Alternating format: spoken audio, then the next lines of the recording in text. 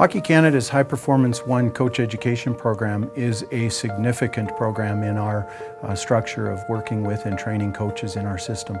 Hockey Canada leads the way in all sports across the country in training and certifying an extremely large pool of high-performance coaches. I took my first NCCP class in 1983, and for me that was the beginning of a real relationship with hockey. It allowed me to learn as much about the delivery of the game from a coaching perspective as anything. Certainly we all think because we played we've got a pretty good handle on that. We don't. And there's an awful lot of outstanding coaches out there that we watch on television every night that are actually certified. What we really want to do is we want to give coaches the opportunity to attend these events, to establish networks of colleagues within the sport, but also get to hear some great presenters on topics that are critical to the coach's development.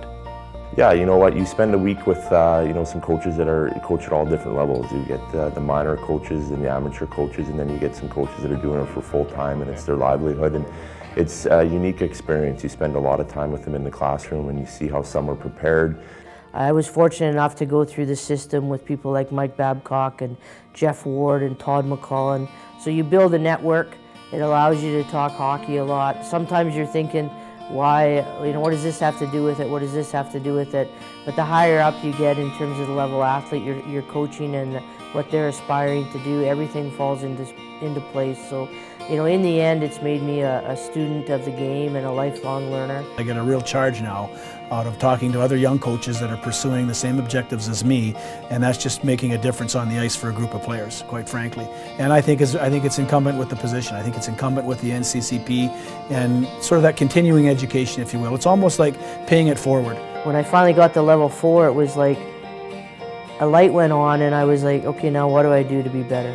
Like, I've always had these courses, so I ended up going back and being a group leader with high performance 1s and high performance 2s and level 4, and that allows you to continue to stay updated. The coaching fraternity is something that's a pretty tight-knit group, and you continue to grow, and there's always a saying that you beg, borrow, and steal. You beg for the drills, you steal one, and then you borrow one as you go along. From the grassroots all the way through up to whatever level you want to coach at, from the competitive stream, have to recognize that the person giving the message is confident, well-spoken, has a plan, and is well organized to the point where they really believe this is going to be an exciting opportunity because of the person in front of them having taken the time to become certified. The game's always growing and changing, and the players want to know what you've done lately. They don't care what you did in the past. So you have to be able to show them that you're constantly upgrading and educating yourself for them.